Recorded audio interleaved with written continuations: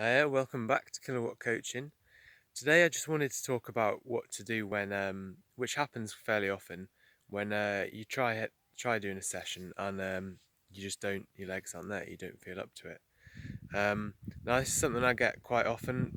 Happens reasonably often to myself. I see it happen very often to my riders, and it's always the case of like, what do you do?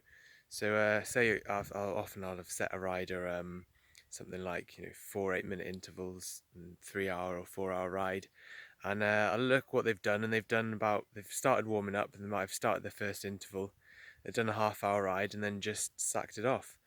Um, and it's easy to do that because when you don't feel great, you feel like, oh, just throw the bike in the hedge. Just like, oh, what's this coming to? I'm fed up of cycling. I'm fed up of all this. But that's often it's really not necessarily the best thing to do.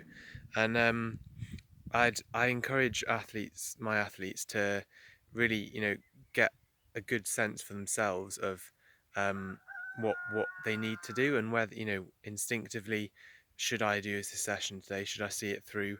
And then if I shouldn't do it, what should I do? Should I just stop riding straight away? Should I carry on just spinning easy for a couple of hours? And that's something that because the more in tune with your body you can be, the better rider you can make yourself, and that's something I really encourage. So like today for myself, for example, I was going to do 4 10 minute efforts in a 4 hour ride. Headed out warming up, and I really felt like I just yeah I knew I didn't even need to start. I knew today's not the day. So it'll be about 2.5 hours of easy spinning, and I'm sure tomorrow I'll have better legs than ever. So uh, yeah, just try and work on that, and then also think, why wasn't my legs good today going into that?